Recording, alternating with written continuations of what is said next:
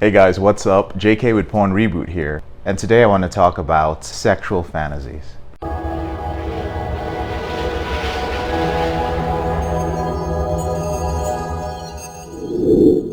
Sexual fantasies are one of the most private parts of our lives. Before high-speed internet porn, sexual fantasy was already something that was rarely brought up in public. Even most couples, no matter how close they were, couples rarely discussed their deepest sexual fantasies. And one of the reasons is a problem that we usually have with sexual fantasies, and that's our ability as human beings to feel that our fantasies are something that we actually want. So because we can imagine it vividly, we feel like it would be amazing to experience it. And because we think that it's something that we want to experience, we assume that talking about it to others will make them assume that we want that. And this is why it's so challenging to speak about our sexual fantasies, because some of them may not be things that are accepted in polite society. So one of the questions I get a lot is, how do I get rid of my sexual fantasies? And the very simple answer to that is that you can't. Yeah, I said that. You cannot get rid of your sexual fantasies, but you can manage them. I'll tell you why. When I work with a client, they sometimes come to me in the early stages of their porn addiction, when they haven't acted out on any of their fantasies, or maybe when they haven't watched pornography for a few weeks or a few months. And the moment that they start coaching with me, suddenly their fantasies and their urges increase drastically. Now, this is because when you're told, or when it's even implied, that you should not think about something, there's a natural tendency to actually think about it even more. And in the case of sexual fantasies, these fantasies can become more frequent and they can become more persistent when it's implied that you shouldn't think about them. So the lesson from that is, never try to deal with your sexual fantasies by not thinking of them, as there's a risk that they will become even stronger. Sexual fantasies are a normal part of human life. They are things that we do to kind of escape from our reality, and there's a reason we have that ability. But they only become a problem when you start to make it a huge deal, when you start to make this big effort to control them or get obsessive and start worrying about them. Another time when sexual fantasies become a big problem is when you start to make them more elaborate. So porn is a shortcut to having detailed fantasies. Now, you may have a specific fantasy that was normal and maybe even healthy to have, but out of curiosity, you decided to search for this fantasy on a porn website, and you started masturbating to it, and you gradually found that online there are more variations of this fantasy. Over time, what happens is that your original fantasy morphs into a fantasy which is dictated by the standards of pornography. And when you get to this point, that's when it might begin to affect your life. Some might argue and say, you know what, my fantasy just stays online. It stays in porn land. I would never act out on it. Now, if you're struggling with a porn addiction, a lot of times you don't act out on your fantasy simply because there's no equivalent for that fantasy in the real world. And if you were to look into the lives of people who are addicted to pornography, who make statements like this, you would find that they are not having sex with their partners, or that they've lost their sexual attraction to their partner, or that they feel that the person they're with or women that they date are not adventurous enough. Sometimes I'll even hear them say, you know what, I have a very high sex drive and my partner is boring. Your sex drive does not have that much to do with your sexual fantasies.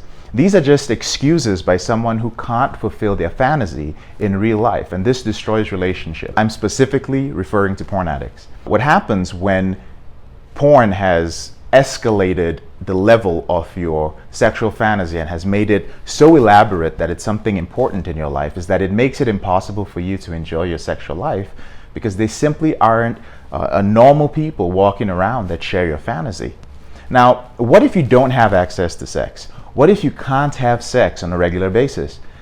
Maybe you haven't figured out how to get to that stage. Maybe your values or your religion or your culture prevents you from doing that, or something else. Well, what can you do in this case?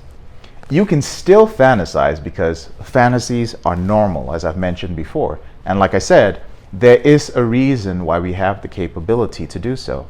However, if your fantasies begin to seep into your life, they become a problem. Now, there are so many men out there whose expectations of life have been defined by fantasies, especially from pornography. Everywhere you look, you don't see attractive women. You only see women who don't live up to your standard. And the funny thing is, many of these men are not even having sex. You know, that's the hilarious part. That's the funny part. I'm going to talk a little bit about what happens when your fantasies get out of control, when they become a serious issue. And it's not necessarily when you have a fantasy multiple times a day. You'd be surprised at how often people who are not addicted to pornography or masturbation fantasize about sex. No, your fantasies begin to have real-world consequences when you start planning them. The only way you can begin planning to act out a fantasy is when you begin to become obsessed with it. And obsessiveness is when you think about it all day long, non-stop, to the point that it's interrupting your day-to-day activities. Now, if you've reached that stage, or if you've been in that stage for a while, I have a solution for you. For every fantasy that you act out, for every fantasy that you bring into the world, realize that there is a price to pay. So let's say that you fantasized about having anal sex and you've never done it before. So after planning various ways to make this happen, you finally decide that what you're going to do is that you're going to ask your partner if she would be into it. Let's say she says, no, that's not going to happen. I'm not into that. So you get rejected. Now that's a low price to pay, a little bit of rejection. Now let's say you have a fantasy of having sex with a transgender she-male person.